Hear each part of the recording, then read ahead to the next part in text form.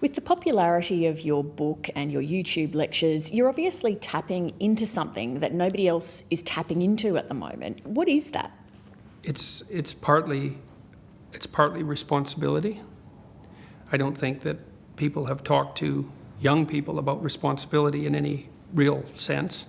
And being on their side at the same time for like 50 years. And that's just too long because most people find the meaning in their life through responsibility. Isn't it fair to say, though, that some people, through no fault of their own, have tough lives and that no matter how much personal responsibility they take, that won't change? So, for example, Yes. You and I, we've had a lot of good fortune in our lives. We've been born to, reasonably affluent, peaceful countries. I have a job that I have worked hard at, but I've had lots of luck. You have written a book and done a series of lectures that have become embraced around the world. Some people don't get lucky breaks like That's that. for sure. Some people just die, and horribly. Yeah, life's rough, no doubt about it. And if good luck comes your way, then you should be grateful for it. And if happiness manages to manifest itself, you should be grateful for that too. But how do you give a personal responsibility message while taking account that for some people it's harder to take personal responsibility and the deck is stacked against them? Well, I think the deck is stacked against everyone to some degree because life is very difficult and we all die. But some people do have it harder than others. And all of us have it very hard at some times in our lives. It's like, well, what's the alternative? You take responsibility for that and try to struggle uphill because the alternative makes everything worse. It's not like it's fair. I know perfectly well that people have brutal lives. I've been a psychotherapist for 20 years. I've seen things you can't imagine, horror shows that you can't fathom, and people who have been hurt in so many ways, so many dimensions. It's like, bitter? Should they be bitter? Should they be resentful? Should they become violent? These things don't help. They have to struggle uphill despite their excess burden. And it's responsibility, not guilt. It's not necessarily their fault. That's not the point. We've been seeing a trend, particularly in the United States, but also here in Australia, where there has been an erosion of freedom of speech on campuses, where people with views that are considered offensive, politically incorrect or triggering are no longer You mean now... people with views, in other words?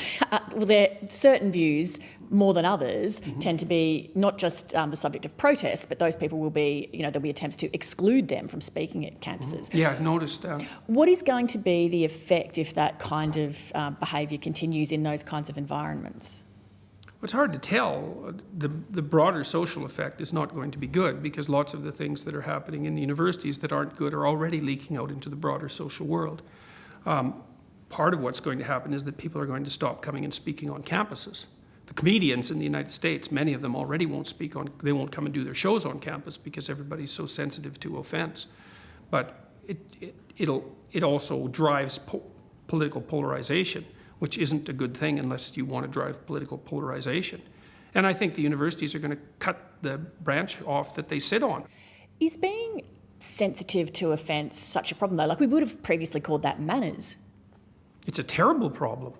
So imagine okay, so the rule is you can't offend anyone, all right? Let's say you're speaking to one person, I can't offend you. All right, fair enough. What if I'm speaking to 10 people? Do I get to offend 1 in 10? How about 1 in 100? How about 1 in 1,000? You're going to come out on stage and you're going to say something important about something vital, and you're not going to offend one person in 1,000? Well, you can't say anything about anything important ever without offending probably the person you're talking to. Important speech about important issues, especially contentious issues, is instantly offensive.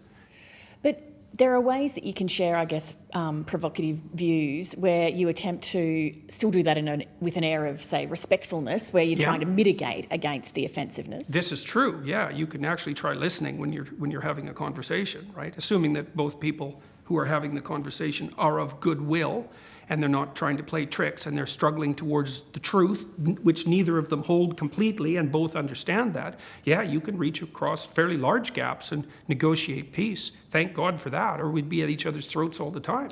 Well, say the example of there are some transgender people who want to not be referred to as he or she. They would prefer to be called Z or they. If somebody wants to be addressed like that, what does it cost me to do that? It's hard to tell because the devil's always in the details. But as far as I'm concerned, that situation it's not relevant to the issues, for example, that I was involved in.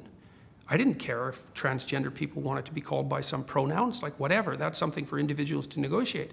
When the government makes that a compulsion and insists in their legislation that biological sex, gender identity, gender expression, and sexual proclivity vary independently, it's like, no, they don't. That's wrong factually, and you're not going to compel my speech. I don't care what your damn justification is. So you see that as, am I right in that you see that as a curtailing of freedom? It's worse than a curtailing of freedom. It's a demand that the population uses a certain kind of linguistic approach. It's an appropriation of speech. There's no excuse for that. That never has happened once in the history of English common law, right? It's a barrier that we do not cross. Hate speech laws are bad enough. It's not like there's no hate speech. Like anyone with any sense knows that there's hate speech. Who's going to regulate it?